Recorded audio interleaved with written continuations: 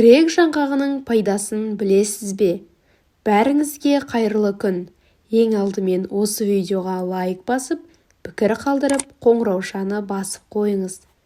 Грек жаңғағы біздің жыл санауымызға дейін адамдарға кеңінен танымал болған өсімдік. Оның биіктігі 30 метрден асады. Грекияның оңтүстік тауларына, Кавказда, Орта Азияның оңтүстік аймақтарында табиғи түрде өседі. Басқа елдердің көпшілігінде ол қолдан егіліп өсіріледі. Жаңғақты ерте заманның данышпан дәрігері Гиппократтың өзі емге қолданып, оның дәрілік қасиеттері туралы жазып қалдырған.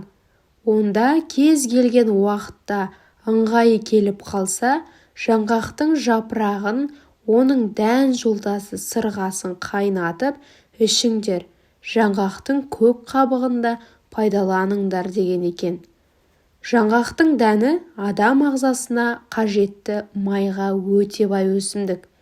Оның 45-70%-ға жуығы май екенін білгенде еріксіз тамданасыз. Оның құрамында ақуыз бен С дәрумені, азотсыз заттар баршылық. Ал С дәрумені қарақатқа қарағанда 8 есе, тропик өсімдіктеріне қарағанда 50 есе артық. Бұдан басқа А, В1, П, Е дәрумендері де көп болып саналады. Оның калориялық қуаттылығы мал өнімдерінен де асып түседі. Жаңғақты тағам ретінде жеуге, майын алып пайдалануға өте қолайлы. Оны құнарлы топыраққа отырғызсаңыз, 4-5 жылдың өзінде өнім бере бастайды. Біртіндеп өнімі өсе түседі. 25-30 жылдарға барғанда толық қуатына келеді. Ол 500 жылға дейін жасап, толассыз жеміс береді, дейді ғалымдар. Оның жапырағын, жемісінің қабығын, жемісін, тамырының қабығын дәріге пайдаланады. Жеміс қабығы тамыз айында С дәруменіне аса бай болады. Сол кезде алып, тұнба жасасаңыз, дәрілік қуатын жылдам сезіне бастайсыз.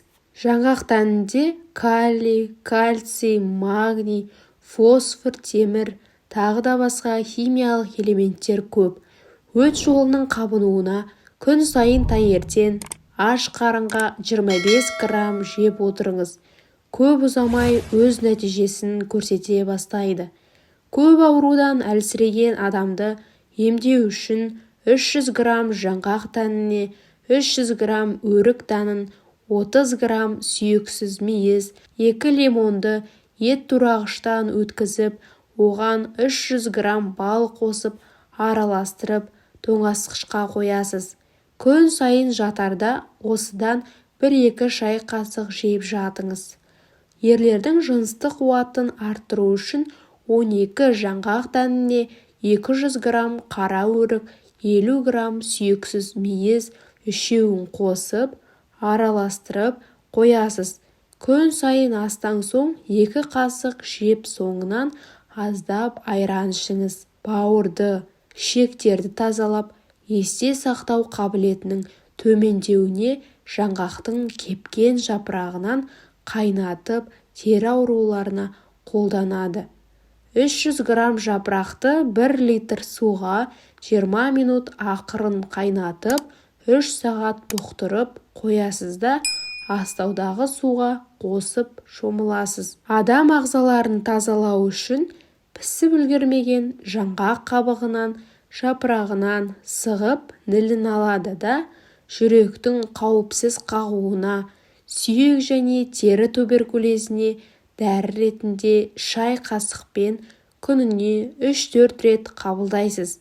4 апта осылай қабылдап, 3 апта демалып, қайта жалғастыруға болады. 3 тал жапырағын алып, 200 грамм суға 5 минут ақырын қайнатып, 30 сағат бұқтырасыз. Осы суды бүйрек ауырған кезде ішесіз. Тіс ауырса, ауызды шаясыз. Жатырдың қабынулары кезінде жылылай жуасыз. Құрметті көрермен, Видеомызды соңына дейін көргеніңізге алғыс білдіреміз. Егер ұнаса бағалап, пікір қалдырып кетулеріңізді сұраймыз. Денсаулығыңыз мықты болсын.